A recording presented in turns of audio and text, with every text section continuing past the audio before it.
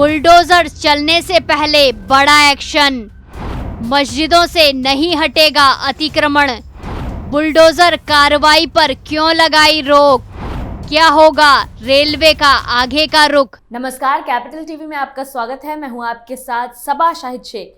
अब वक्त हो चला है कैपिटल टीवी की खास पेशकश स्पेशल स्टोरी का।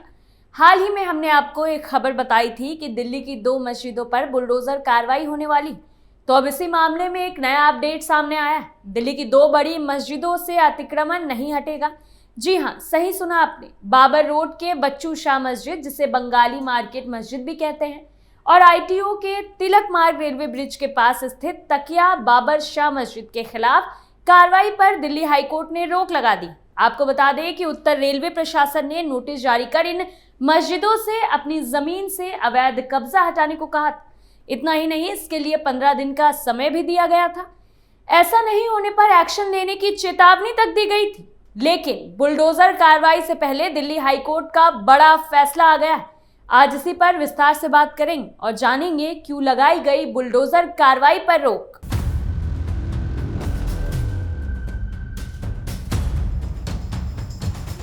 दिल्ली की मस्जिदों से नहीं हटेगा अतिक्रमण, दिल्ली हाईकोर्ट ने लगाई रोक।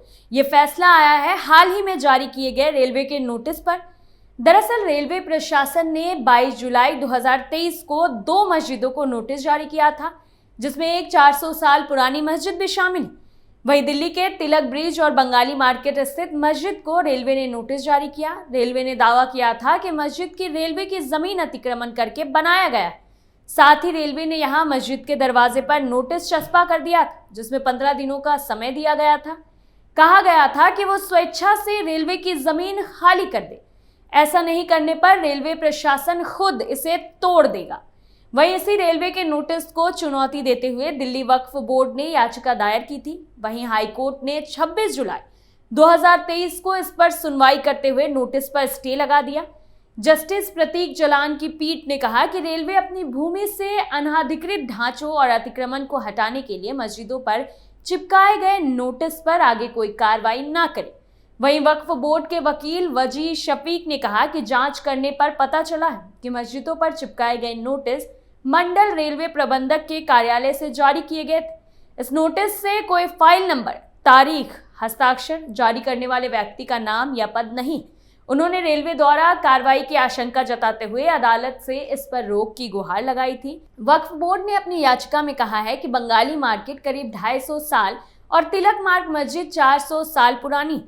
ऐसे में इन नोटिसों को रद्द कर दिया जाना चाहिए। इन मस्जिदों को 1945 में कानूनी तौर पर एग्रीमेंट के जरिए जमीन ट्रांसफर किए जाने का हवाला भी याचिका में दिया गया।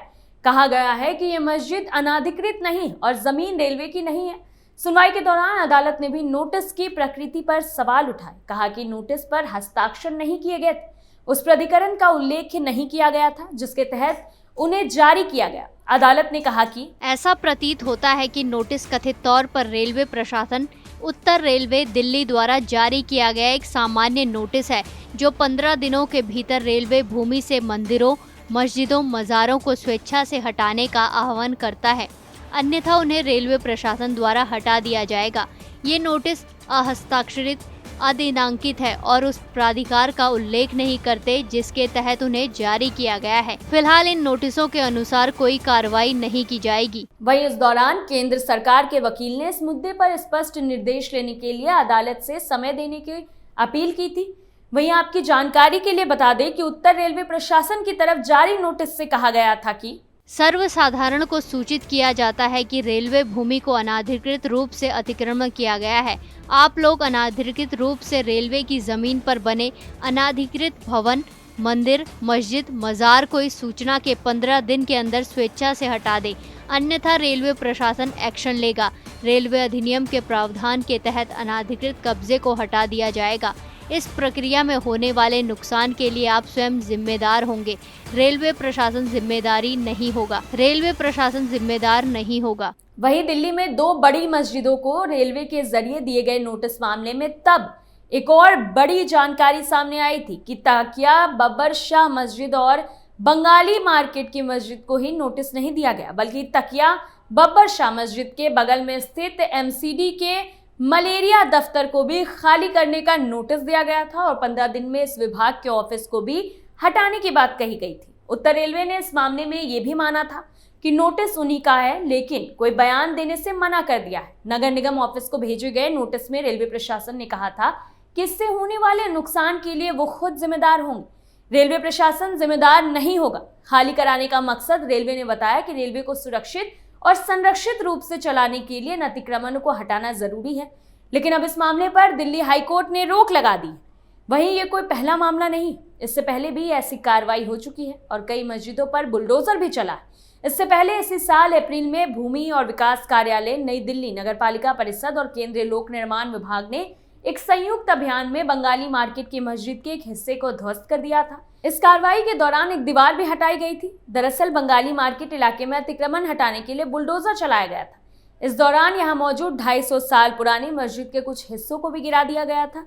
मस्जिद के कमरों और दीवारों में बुलडोजर चलाया गया। वहीं मस्जिद के पास बनी 4 दीवारी को भी पूरी तरह से गिरा दिया गया था। इस मौके पर मस्जिद मैनेजमेंट ने दावा किया था कि कार्रवाई करने से पहले उचित प्रक्रिया का पालन नहीं किया गया। वहीं दूसरी तरफ अधिकारियों ने बताया था कि कुछ महीने पहले अतिक्रमण कर कंक्रीट की ये दीवार खड़ी की गई थी।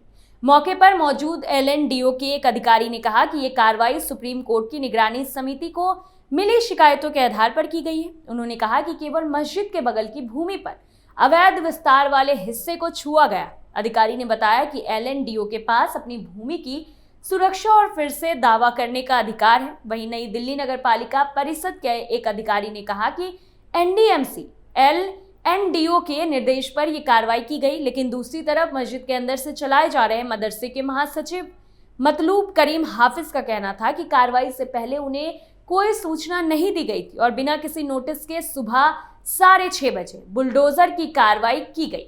मुझे सुबह सुबह मस्जिद से फोन आया कि भारी पुलिस बल और नगर निगम के अधिकारी परिसर के एक हिस्से को गिराने के लिए साइट पर पहुंच रहे हैं। वो बुलडोजर के साथ आए और मुख्य हॉल और कमरों की दीवारों को ध्वस्त कर दिया। वहीं आपको बता दें कि इसके 3 महीने बाद 2 जुलाई 2023 को उत्तर पूर्वी दिल्ली के भजनपुरा में एक सड़क को चौड़ा करने के लिए फुटपाथ पर बने 2 धार्मिक स्थलों को हटाया गया था। लोक निर्माण विभाग यानी कि PWD ने इस दौरान एक हनुमान मंदिर और एक दरगाह को हटाया था। अभियान के दौरान भारी संख्या में बलों की तैनाती की गई थी, साथ ही ड्रोन से पूरे इलाके की निगरानी हो रही थी। ये तो हमने उन मस्जिदों की बात करी जिन पर बुलडोजर की कार्रवाई की गई, लेकिन हाल में रेलवे ने जिन 2 मस्जिदों को नोटिस दिया था उस फैसले पर दिल्ली हाईकोर्ट ने रोक लगा दी। हालांकि अब देखना यह है कि अभी तो रेलवे प्रशासन द्वारा जारी किए नोटिस पर रोक लगा दी गई, लेकिन क्या आगे दिल्ली की बंगाली मार्केट की मस्जिद और ITO की तकिया बाबर शाह मस्जिद पर कोई कार्रवाई होगी? ये आने वाले वक्त में पता चलेगा। खैर, मामले में वक्फ बोर्ड के जवाब पर सुनवाई करते हुए अभी इस मामले में स्टे लगा दी गई है, लेकिन आगे हाईकोर्ट क्या रुख लेता है और आगे की कार्रवाई क्या होगी, क्या मस्जिद पर बुलडोजर एक्शन होगा या नहीं, ये वक्त बताएगा। स्पेशल स्टोरी में आज के लिए इतना ही, फिर पेश होंगे नए मुद्दों के साथ। तब तक के लिए देखते रहिए कैपिटल TV उत्तर प्रदेश। नमस्कार।